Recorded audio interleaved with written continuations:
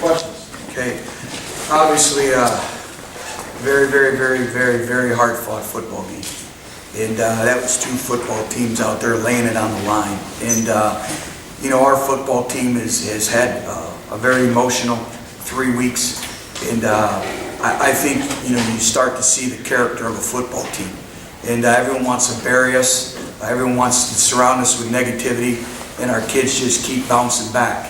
And that's a very good Syracuse football team. I think Doug Marrone has done a tremendous job. They have a hard edge. And it was two football teams really battling it out. And, all the storylines of having to play with your third and fourth and sometimes your fifth DB. True freshman Kevin Brown being forced into action. And I think all the little things, the resiliency, the perseverance, I thought it was a tale of two halves. The first half, obviously we did not get off the field on third down, and that was the reason why the time of possession was kind of out of sorts. Obviously we turned the football over, especially in the red zone. You can't do that. So we give them a touchdown on a botched punt return, and then the second half we played the way we're capable of playing and what we expect in this football program. We got off the field on third down. We made plays, we scored touchdowns in the red zone, and I thought our defense did a tremendous job of rallying and getting against the football. And then it's what you do with points after turnovers, and I thought we did a great job with that. So I'll answer any questions you may have. I know the first one, so go ahead. We're going to compete this week,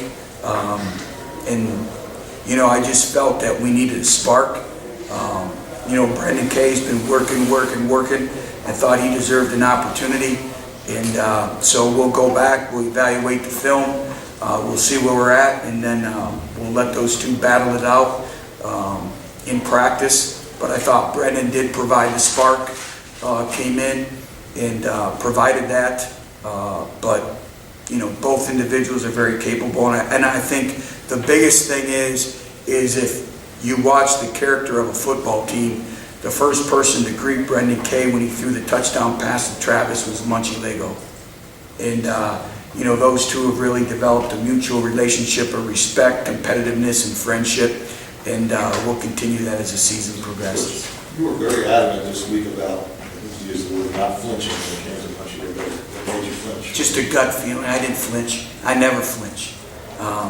So I don't know where that term comes from. It's a gut feeling that I have of knowing my players and my football team.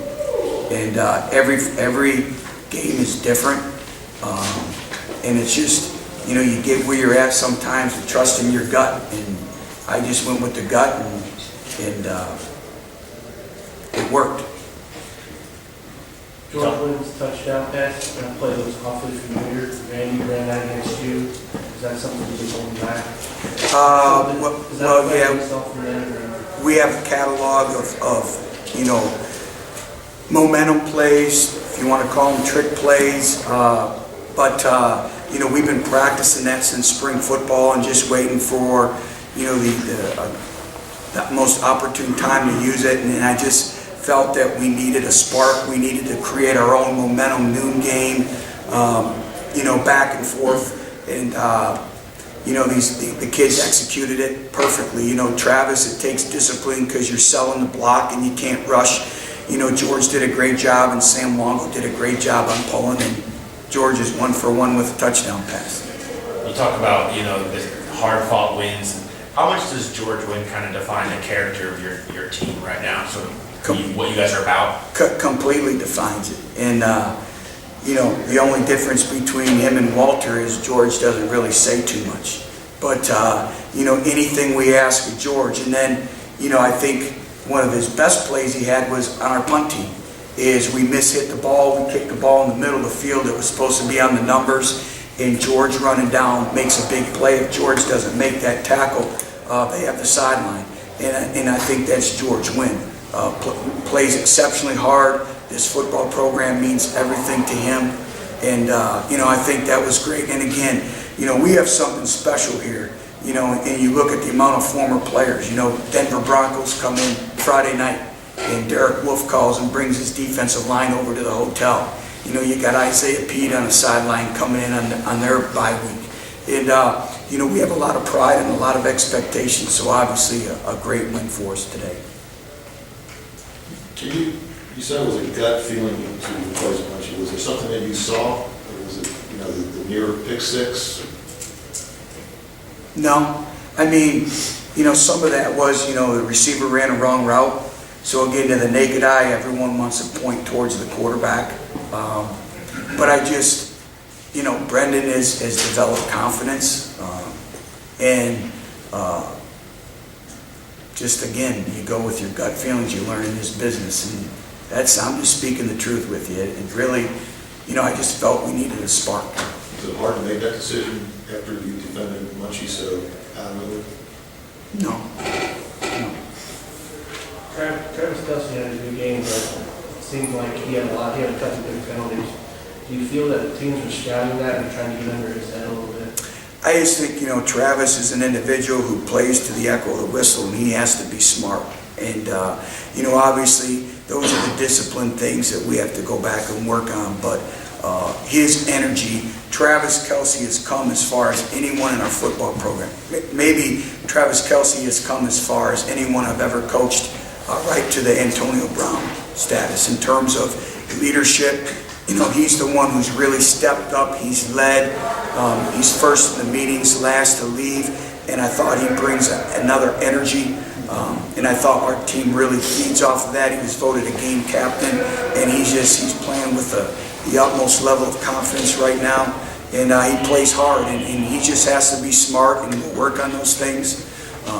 But I just can't say enough of the spark that he's providing us. Butch, did you see the calls on some of those explosive games, or you have to go back and look at the tape? I'll have to go back and look at it, but you know, that's still, you know, when you look at it, is we cannot have penalties on the explosive plays on the runs, you know, and a couple of them are in critical situations, and I think sometimes it's guys trying to give so much effort that, you know, the defender's trying to get off them and they got to learn to let go. And so we'll go back to work on that, but as we progress and continue to play meaningful games, those are the small details that we cannot continue to make, especially the holding penalties. Have you had to pump up Brandon Cadd all this year to keep him interested? And you know what? To keep him focused? And yeah, you know what? No. You know, I think he's learned from the previous years of what's gone on with a quarterback being ready to take advantage of his opportunity. And Brendan, I probably shouldn't use this term because I just told you we don't flinch, but he's never batted his eyes. He's never stepped back. He's just had a workmanlike approach each and every day. He's been a great teammate.